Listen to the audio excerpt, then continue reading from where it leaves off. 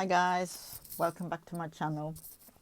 Today I thought I show you how I do doodle flowers. Now, if you are an artist, a watercolor artist, and you actually know what you're doing, my suggestion is you now go away and not come back until I've finished, because this could very well be nightmare inducing for somebody that knows what they're doing. I'm doing this purely for the fact that I can't draw or paint or really know what I'm doing to save my life. I'm a beginner, I'm a learner, I want to learn, I want to know these things. And to be fair, I find it intimidating. It doesn't matter if it says, you know, for total beginner, etc., etc. I find it intimidating when it is somebody that knows how to watercolor, how to paint, how to draw. So I thought I'd do this for all the people like me that are quite scared, quite worried, a bit intimidated, don't know what they're doing, and maybe don't have everything that, you know, a real good budding artist has. First of all, I want to show you my watercolors. £3 from the works if you're in the UK. Children's watercolors are just as good, and my suggestion is, until you are really good and you know you're no longer intimidated, why spend a fortune on watercolors that potentially you might not use because you're put off. The same goes for the brushes. They were on special offer also at the works for £1.50 for a pack of 8, I think, something like that. I have absolutely no idea which ones I'm using, whether they're right or wrong. It is what I'm doing. I'm doing it intuitive, I think that's what it's called, or organic, or winging it, whichever way you want to call it. So, and I've got a H2O bottle, that's my joke, so I know what it is. It's water, it's an old hairspray bottle, an old mousse bottle. So I'm going to wet the paper, because I find it looks kind of prettier when they're like, it's a bit runny. So give it a good squirting, and then I'm going to take a brush, which in this case is 3/8, whatever that might mean, and I'm going to pick up. I have a tendency to go for the really dark colors. I don't know what to do with light colors, so I tend to go for the darker ones, but I'm going to aim to go for some lighter colors. So I've got my watercolor paper, I've made it wet, I've got a wet brush, and I'm going for orange. Orange seems safe to me. It's a nice safe color, I think. Let me just spray my colors as well. Like I said, if you're a watercolor artist and you know what you're doing, you might want to look away.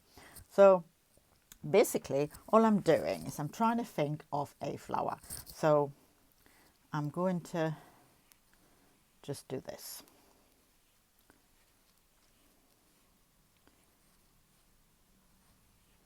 That's a big flower, missus.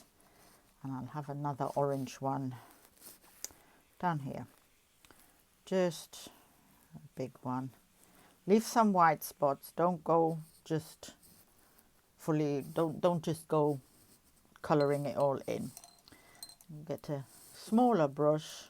Actually, I won't bother getting a smaller brush. I'll just use, so we had orange, we use a nice crimson red, so I'm informed by the thing. Another circle with a bit of white, but not too much.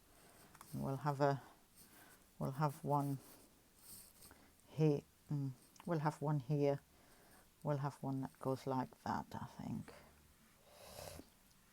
we'll just do a bit of that going on. What else? Vermilion? No, we'll have a ultramarine in there to set it off nicely, and that one we'll do, like, we'll just do that way. like so. You see what I mean when I'm saying I'm no artist. Bit more ultramarine. Have another one. Didn't quite got wet here. So we'll have one here, which is like that. And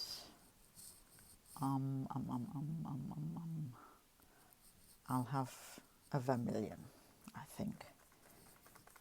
And that one is going to be right up here, and it's going to be a crossy thing, like so, and like so. Maybe I'll colour some of that in, actually. I don't like that. So we'll just do that, shall we? Right, I'm now going to pause it and going to dry it with my heat gun, and then I'll be back to show you the next step. So now I've dried what I've painted, and I'm going to use a, nope, that's not the one I want. Going to use a fine liner, Microns 05, that's the one I'm using. And what I'm going to do is I'm going to just run it over it, run the pen over it, following whatever I think might be something. Let me see if I can get you closer. So take the pink flower, for instance. I'll do, of course now my pen is not working, I'll just follow all the kind of wriggly lines that I have made, and I'm doing that maybe twice, might even 3 times. Just follow them. Same here.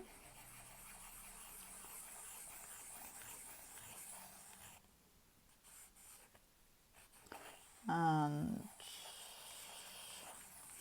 I'll go back. Same with this one. This is my favorite to do, these round ones. Just nice little scribbles. What about this one? Just follow it along.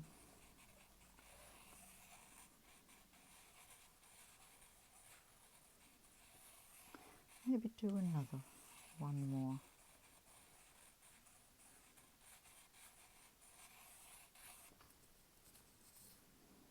Same here.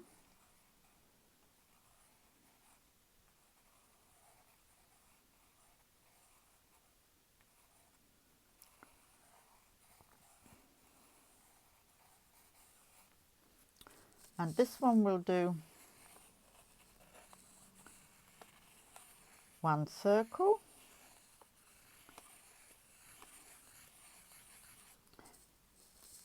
roughly like this, but then all the white spaces we'll just kind of frame them, I think, maybe a bit on the squares. Yeah, why not?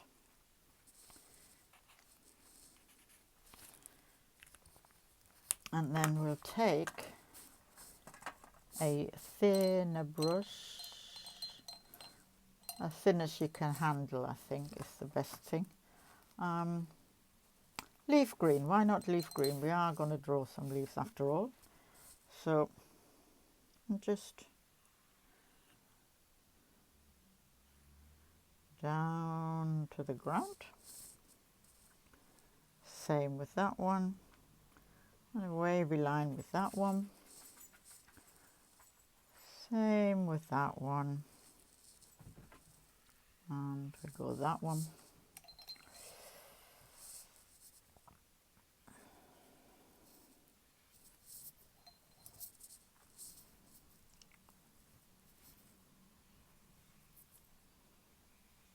And now let's do some leaves.